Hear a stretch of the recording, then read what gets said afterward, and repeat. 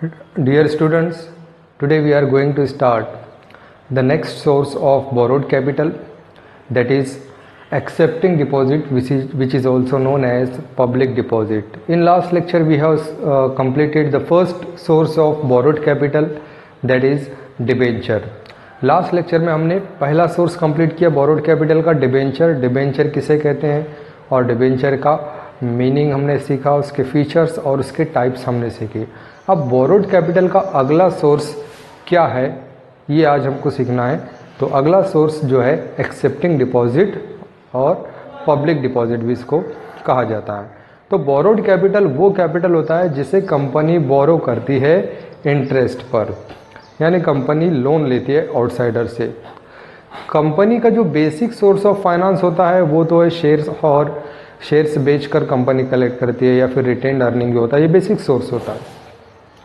लेकिन जब कंपनी को फ्यूचर में एडिशनल कैपिटल की ज़रूरत पड़ती है तो कंपनी आउटसाइडर से मनी बोरो करती है, लोन बोरो करती है. तो डिबेंचर होल्डर से किस तरह से लोन बोरो करती है ये हमने लास्ट लेक्चर में सीखा है.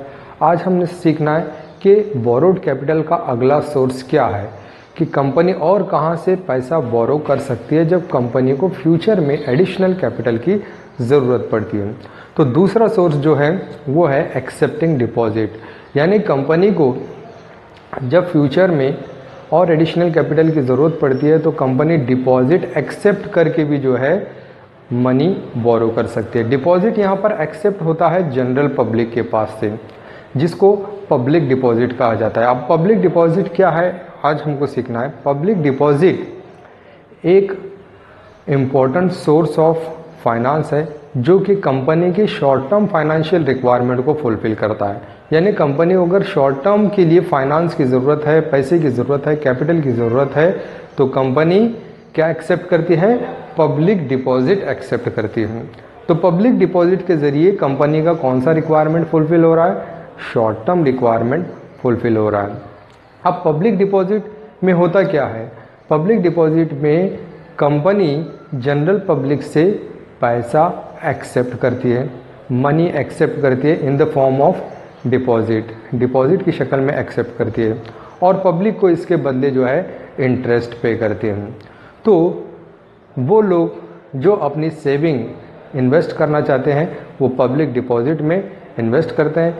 यहाँ पर पब्लिक डिपॉजिट एक ऐसा मेथड है जिसमें कंपनी पब्लिक को इनवाइट करती है कि वो अपनी सेविंग को कंपनी में डिपॉजिट करे और कंपनी इसके बदले उनको क्या देगी, इंटरेस्ट देगी. तो जब कंपनी डिपॉजिट एक्सेप्ट करती है पब्लिक के पास से तो कंपनी जो है पब्लिक को डिपॉजिट रिसिट प्रोवाइड करती है, यानी जिसने कंपनी में पैसा डिपॉजिट किया है उसको डिपॉजिट रिसिट प्रोवाइड करती है. और डिपॉजिट रिसिट में डिपॉजिट के सारे टर्म्स एंड कंडीशंस मेंशन होते हैं, और डिपॉजिट रिसिट जो होता है डिपॉजिटर के लिए, जिसने पैसा डिपॉजिट किया उसके लिए प्रूफ होता है कि उसने कंपनी को जो है डिपॉजिट दिया है. ठीक है, तो इस तरह से कंपनी अपने शॉर्ट टर्म फाइनेंशियल रिक्वायरमेंट को फुलफिल करती है. अब हमको देखना है कि डिपॉजिट का एक्चुअल पीरियड क्या होता है. यानी हमको ये तो पता चला कि डिपॉजिट से शॉर्ट टर्म रिक्वायरमेंट. अब शॉर्ट टर्म यानी कितना टर्म कंपनी जो है पब्लिक से डिपॉजिट एक्सेप्ट कर सकती है for a period ranging from 6 month to 36 month, 6 month to 36 month और 6 मंथ टू 3 ईयर्स, यानी 6 महीने से 36 महीने तक का इसका पीरियड होता है. इतने ही पीरियड के लिए कंपनी पब्लिक से डिपॉजिट एक्सेप्ट कर सकती है क्योंकि ये शॉर्ट टर्म रिक्वायरमेंट है. ठीक है, और ये शॉर्ट टर्म फाइनेंस प्रोवाइड करता है. तो इसमें कंपनी जो है स्पेसिफिक अमाउंट जो है इसके मैच्योरिटी पर रिटर्न करती है. 6 महीने से 36 महीने तक इसका पीरियड होता है, या फिर इसको 6 महीने से 3 ईयर्स भी कह सकते हैं. 36 मंथ यानी 3 ईयर्स होते हैं. तो इसका रेंजिंग पीरियड जो है डिपॉजिट एक्सेप्ट करने का 6 मंथ टू 36 मंथ है. ठीक है, understood. Deposit, what is deposit? Deposit is an important source of finance which fulfil the short term financial requirement of the company.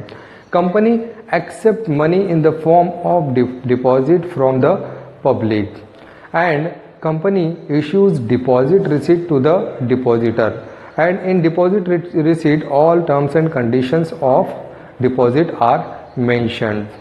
And deposit receipt is an acknowledgement of debt issued by the company to the depositor. Public deposit is a method in which company invites public to deposit their saving with the company for a period ranging from 6 months to 36 months or 6 months to 3 years, and depositor gets fixed rate of interest on his investment. तो company को जो उसने investment किया है उसके ऊपर उसको fix rate of interest मिलता है। तो डिपॉजिट के ताल्लुक से हमको याद रखना है, डिपॉजिट यानी ये कौन सा डिपॉजिट है? पब्लिक डिपॉजिट है, जो कंपनी पब्लिक से एक्सेप्ट करती है। तो पब्लिक डिपॉजिट क्या है? इट इज एन इम्पॉर्टेंट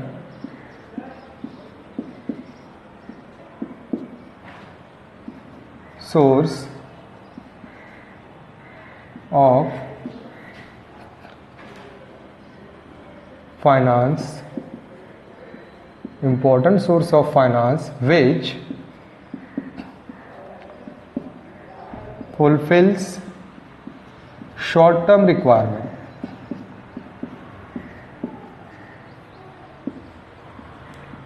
तो कौन सा रिक्वायरमेंट फुलफिल करता है? ये short term requirement of company, company की शॉर्ट टर्म रिक्वायरमेंट को फुलफिल करता है।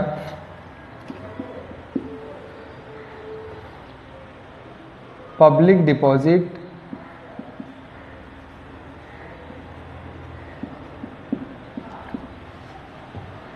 Is an amount accepted by the company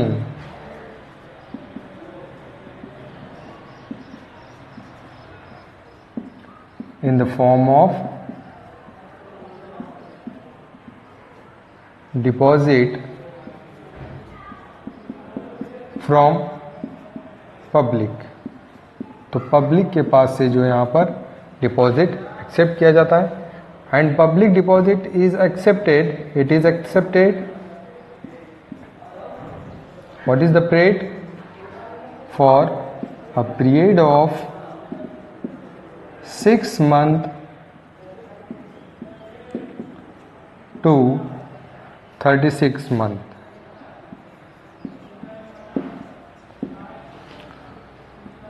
And depositor, what the depositor gets on his investment? Depositor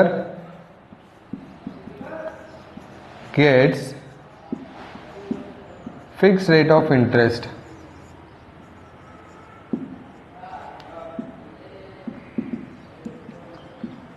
fix rate of interest depositor को मिलता है उसके deposit पर। और डिपॉजिट जब कंपनी एक्सेप्ट करती है तो उसके प्रूफ में क्या इशू करती है? Company issues deposit receipt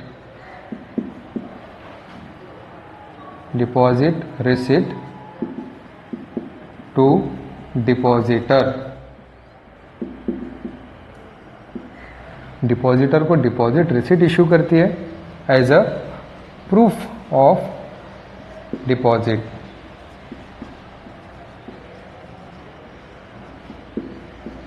proof of deposit के तौर पर। और डिपॉजिटर जो होता है कंपनी का क्रेडिटर होता है। Depositor are the creditors of company,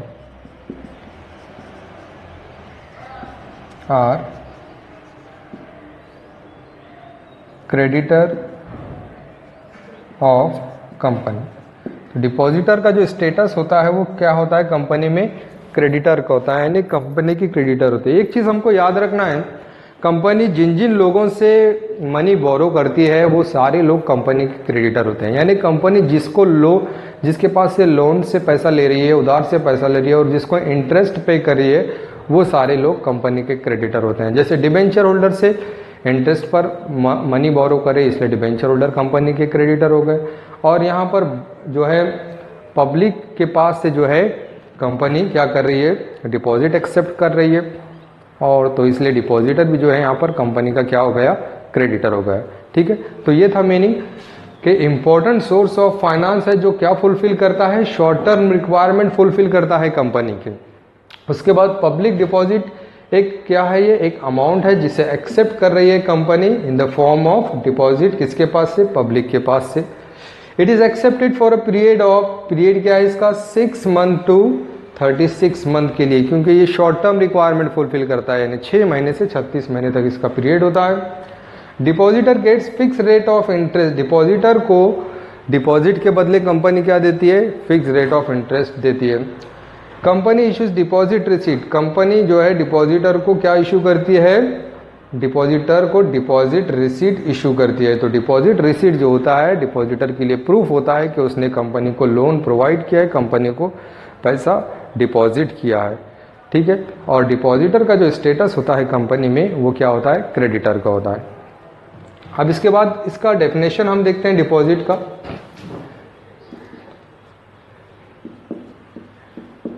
definition according to Companies Act 2013,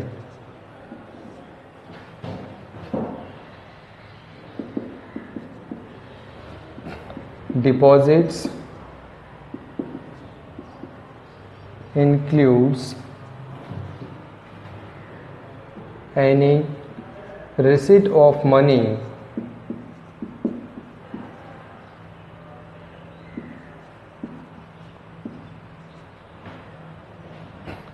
by way of deposit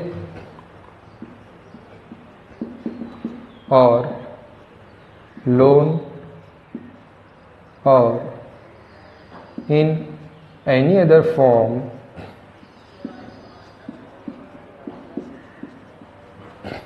by company, but does not include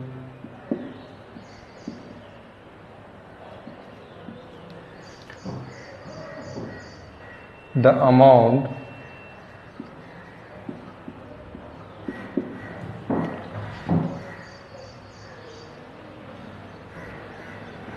categorized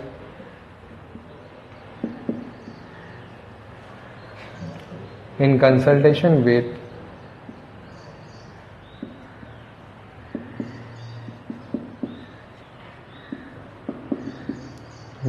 RBI। RBI means reserve bank of India. तो ये है definition जो है public deposit का। तो deposit किसे कहते हैं, कंपनी एक्ट ने उसका डेफिनेशन दिया है। According to company act section 2 के मुताबिक deposit includes any receipt of money. तो डिपॉजिट में क्या इंक्लूड है, any receipt of money. Receipt of money जो हम पैसा ले रहे हैं वो डिपॉजिट है। बाय वे ऑफ कौन सी शक्ल में ले रहे हैं, डिपॉजिट की शक्ल में या फिर लोन की या फिर एनी अदर फॉर्म में कौन ले रही है, कंपनी ले रही है। लेकिन इसमें क्या इंक्लूड नहीं है, but it does not include the amount categorised in consultation with RBI. लेकिन इसमें वो अमाउंट इंक्लूड नहीं होगी जिसको आरबीआई ने क्या किया है, मना किया है। तो आरबीआई ने इसके लिए रूल्स एंड रेगुलेशंस बनाए, टर्म्स एंड कंडीशंस बनाए कि कंपनी कहाँ से डिपॉजिट एक्सेप्ट कर सकती है, किन लोगों का पैसा जो है कंपनी एज ए डिपॉजिट बोलकर एक्सेप्ट कर सकती है और किन लोगों का डिपॉजिट बोलकर एक्सेप्ट नहीं कर सकती है। ठीक है, तो ये था मीनिंग और डेफिनेशन। अब हम इसके टर्म्स एंड कंडीशंस देखेंगे डिपॉजिट के, कि कंपनी किसके पास से डिपॉजिट कलेक्ट नहीं कर सकती है।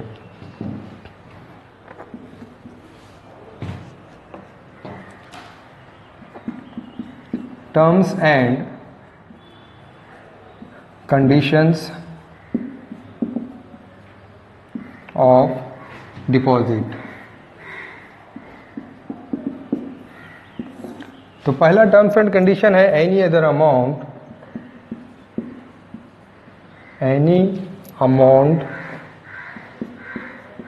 Received, any amount received from central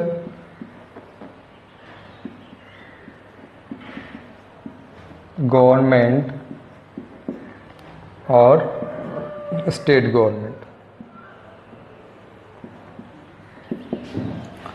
तो टर्म्स एंड कंडीशन यानी कंपनी किससे डिपॉजिट एक्सेप्ट नहीं कर सकती, यानी आरबीआई ने क्या कंडीशंस बनाए कंपनी के लिए कि कंपनी कहां से डिपॉजिट एक्सेप्ट नहीं कर सकती। तो जिसमें टर्म्स एंड कंडीशन में पहला कंडीशन ये है any amount received from central government और स्टेट गवर्नमेंट, तो कंपनी जो है सेंट्रल गवर्नमेंट और स्टेट गवर्नमेंट के पास से डिपॉजिट बोलकर एक्सेप्ट नहीं कर सकती है। ठीक है, तो यहां पर मैं आपको लिखता हूं कि the company can not accept deposit, can not accept deposit from following. ठीक है, तो इनके पास से डिपॉजिट एक्सेप्ट नहीं कर सकती। तो पहली कंडीशन में सेंट्रल गवर्नमेंट का पैसा और स्टेट गवर्नमेंट का पैसा कंपनी डिपॉजिट बोलकर एक्सेप्ट नहीं कर सकती। अब उसके बाद सेकंड हम देखते हैं, any amount received, any amount received from any banking company, received from any banking company.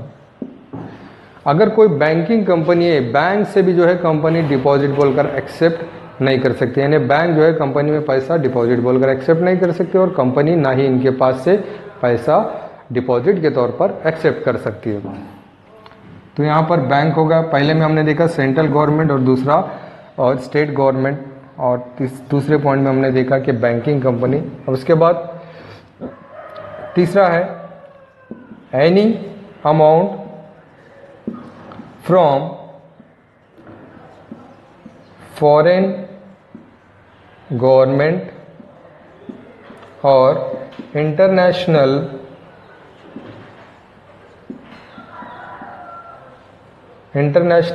Bank.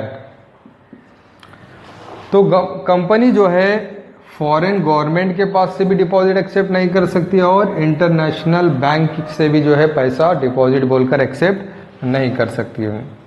Number 4, any amount raised bye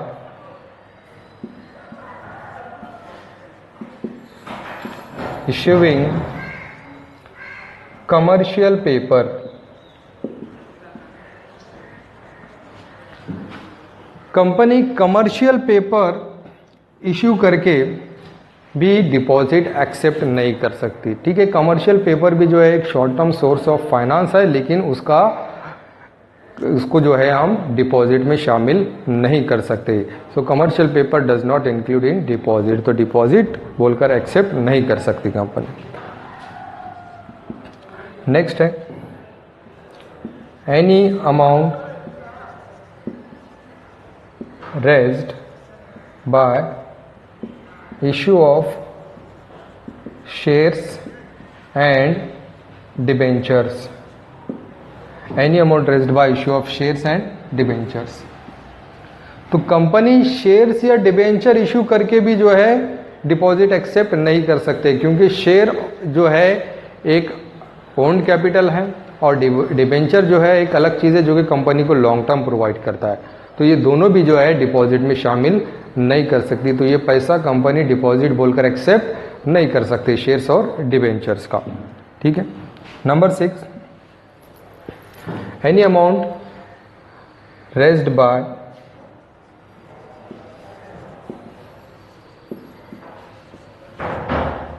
bye issue of bonds, issue of bonds के जरिए भी कंपनी जो है डिपॉजिट एक्सेप्ट नहीं कर सकती। यानी company bond issue कर रही है और कह रही है कि ये डिपॉजिट का पैसा है, हमने डिपॉजिट एक्सेप्ट किया है, क्योंकि बॉन्ड अलग चीज़ है, डिपॉजिट अलग चीज़ है। डिपॉजिट जो है शॉर्ट टर्म फाइनेंस है और बॉन्ड जो है लॉन्ग टर्म फाइनेंस है। ठीक है, लेकिन बॉन्ड भी जो एक बोरोड कैपिटल का सोर्स है, जो हम आगे सीखने वाले हैं। उसके बाद नंबर 7 है एनी अमाउंट इंटरेस्ट। तो किसी ट्रस्ट के नाम पर भी जो है कंपनी पैसा नहीं एक्सेप्ट कर सकती डिपॉजिट के नाम पर। ठीक है, बहुत सारे ट्रस्ट होते हैं, फाइनेंशियल ट्रस्ट होते हैं, तो इनसे कंपनी जो है डिपॉजिट बोलकर पैसा एक्सेप्ट नहीं कर सकती है। अब इसके बाद लास्ट हम देखते हैं any amount by way of. ठीक है, तो ये 7 पॉइंट जो है सफिशिएंट है यहाँ पर। ये शॉर्ट नोट में आपको पूछता है एग्जामिनेशन में पब्लिक डिपॉजिट किसे कहते हैं, ठीक है, व्हाट इज़ पब्लिक डिपॉजिट या पब्लिक डिपॉजिट के नाम पर शॉर्ट नोट आती है। तो यहाँ पर आप इसका मीनिंग, डेफिनेशन और इसके टर्म्स एंड कंडीशंस जो है आप लिख सकते हैं, ठीक है। तो ये था बोरोड कैपिटल का दूसरा सोर्स जो कि है पब्लिक